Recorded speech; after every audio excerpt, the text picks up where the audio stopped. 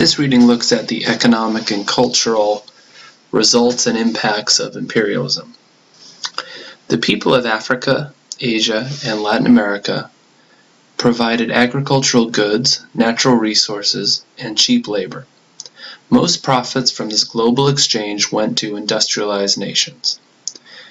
The demand of the new world economy disrupted traditional local economies in Africa and Asia. As in Europe before the Industrial Revolution, most people on these continents grew and produced goods by hand for local use. Under colonial rule, they were forced to supply products such as rubber, copper, and coffee needed by the industrial world. Money economy. Western capitalists developed plantations and mines, but relied on a steady supply of local labor to work for them. Remember that Western means people from Europe. At the same time, colonial rulers introduced a money economy that replaced the old barter or trade system that existed in some countries. To cover the expense of governing their colonies, colonial authorities imposed heavy taxes on their subjects. The only way that people could earn money to pay the taxes was by working on plantations, in mines, or on projects such as railroad building. Families were disrupted as men left their homes and villages to work in distant mines or cities. In southern and eastern Africa, especially, many men became migrant workers. Their departure shattered families and undermined village life as women were left alone to grow food and support their children. In other parts of the world, such as Japan and Latin America, sons were kept at home to farm while their daughters were sent to cities to find work as domestics or in the growing textile industry. Economic dependency. Mass-produced goods from the industrialized world further disrupted traditional economies. India, for example, was seen by Britain as a great market for its goods. It flooded the subcontinent with cheap, factory-made cloth. The British textile industry flourished. Indian weavers who produced cloth by hand, however, could not compete and were ruined. Elsewhere, too, artisan-run businesses and handicraft industries were destroyed. Local economies that had once been self-sufficient became dependent on the industrial powers, which brought their raw materials and supplied them with manufactured goods. When the demand and prices for crops or minerals were high, colonies prospered. When demand and prices fell, people suffered. In addition, because many workers were producing export crops rather than food for local consumption, famines occurred in lands that had once fed themselves. Famines are times when there is very little food and people are starving because they can't get enough food. Modernization. Colonial rule did bring some economic benefits. Westerners laid the groundwork for modern banking systems. They introduced new technology and built modern communication and transportation networks. Capitalists invested huge sums in railroad building to boost the export economy. Railroads linked plantations and mines to ports, which developers also modernized. From China to Chile, some local leaders and business people benefited from the new economic system.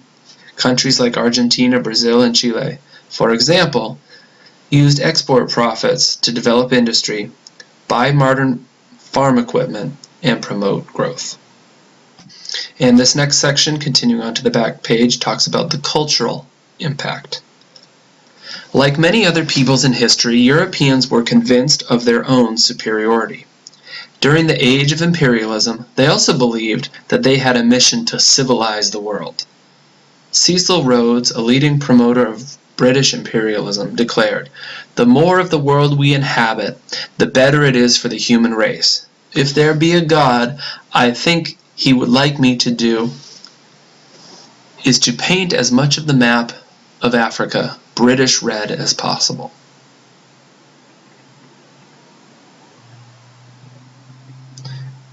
Westernization.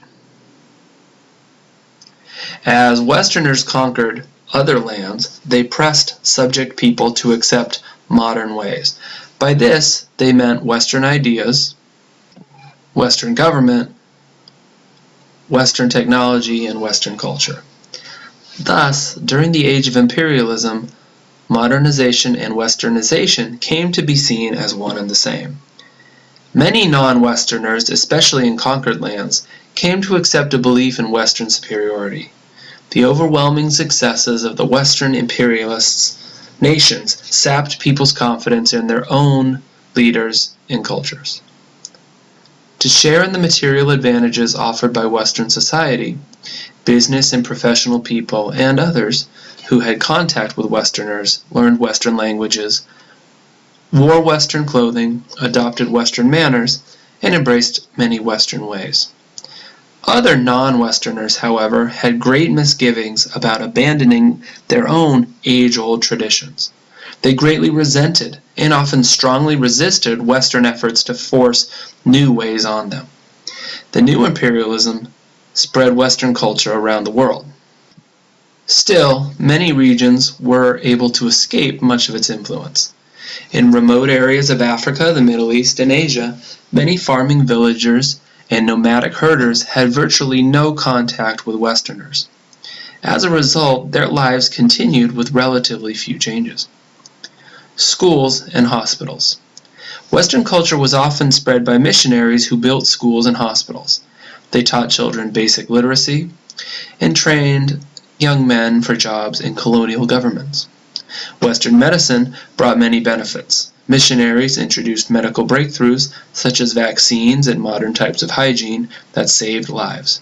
At the same time, however, modern medicine undermined traditional herbalists and local healers who sometimes possessed useful knowledge of the medicinal value of plants. Religion. Imperialism enabled missionaries to spread their Christian faith across the globe. They had great success in some areas. In southern Africa, for example, Christianity became widespread, although Africans generally adapted its teachings and beliefs to their own traditions. In regions where other world religions or belief systems such as Islam, Hinduism, Buddhism, and Confucianism were deeply rooted, Christian missionaries won fewer converts. And finally, old and new ways. The pressure to westernize forced colonized people to reevaluate their traditions. In Asia, for example, people were proud of their ancient civilizations.